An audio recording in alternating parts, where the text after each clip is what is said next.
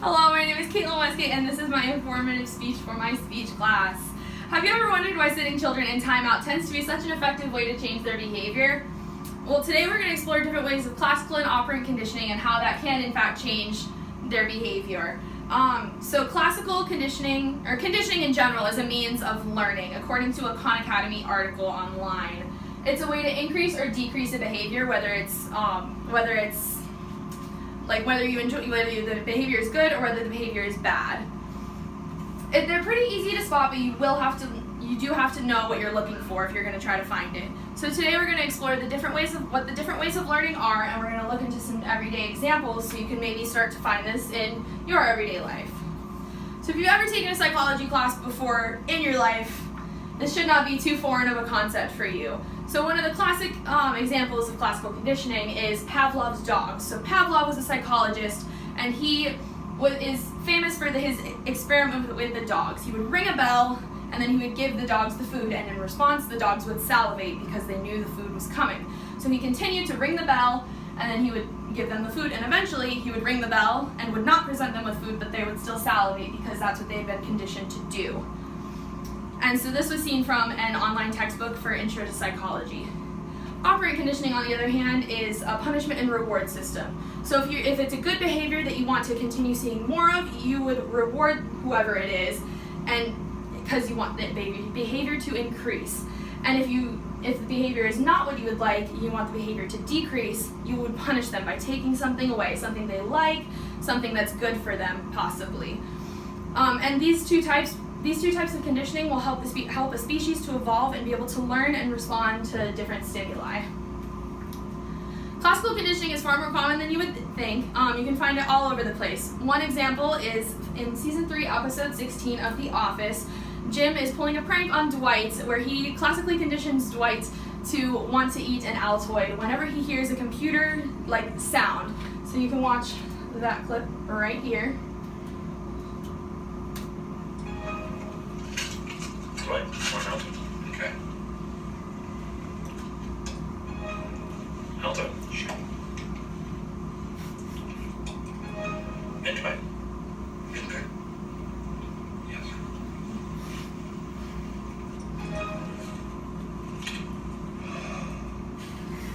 What are you doing? What? I don't know. My mouth tastes so bad all of a sudden.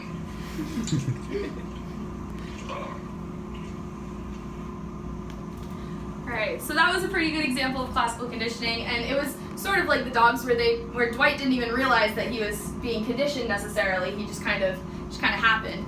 Another example that we have of classical conditioning is where we work as a lifeguard. We function on some whistle code systems. So if we ever blast like 2 tweets of a whistle, it's to get another lifeguard's attention. And we all just kind of instinctively like turn and see like, oh, what do you need? Can we get you something? So that one's pretty common among us. And then our other one that we tend to use quite a bit is our emergency action plan whistle, which is 3 tweets. And so we just kind of instinctively just run towards whoever like blew the whistle because we want to have all hands on deck in order to like help fix the situation. And then another example of that is how we can condition people who aren't even employees. We can condition patrons who come to the pool. At the 45 of every hour, we'll do what we call an adult swim, where we get the kids out of the water for 15 minutes. And in order to alert them of that, we'll turn off all the water and we'll clear the pool. But some people who come to the pool pretty frequently, they just kind of have learned that, oh, water's off, time to get the kids out, time to get the kids out. So they've kind of learned and they've been conditioned to do that. So if you thought that was pretty easy to spot, then operant conditioning is going to be far much easier for you to notice. It's like I said earlier, it's the reward and the punishment system.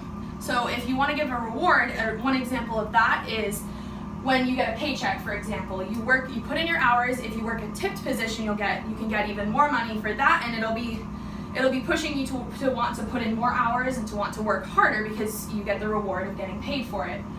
One example of the punishment side of that is when we have swim lessons, and when we teach the swim lessons, if the kids are messing around, if they're jumping off the wall, we'll take away something that might be fun for them. We'll take away their free time, we'll have them sit out of class so they can't sit next to their friends, and in the hopes that the behavior will decrease. So overall, these are two different ways that like a species as a whole can learn and evolve because they've been conditioned in these different ways. And classical was the changing of the unconditioned to the conditioned. And although not as common, you can still see in everyday life, such as in the example of the office and the example with the lifeguards and the whistles. And now that you have a greater understanding and ability to notice operant conditioning in the punishment and reward system, you'll have a better understanding of what you're actually doing. If you have to punish a child or if you have to reward someone for something, you'll understand that really you're conditioning them because you want that behavior to increase or you want that behavior to decrease. So next time you notice someone's behavior in response to a stimulus, think about what kind of conditioning that might be, because it's more common than you think, actually. Thank you.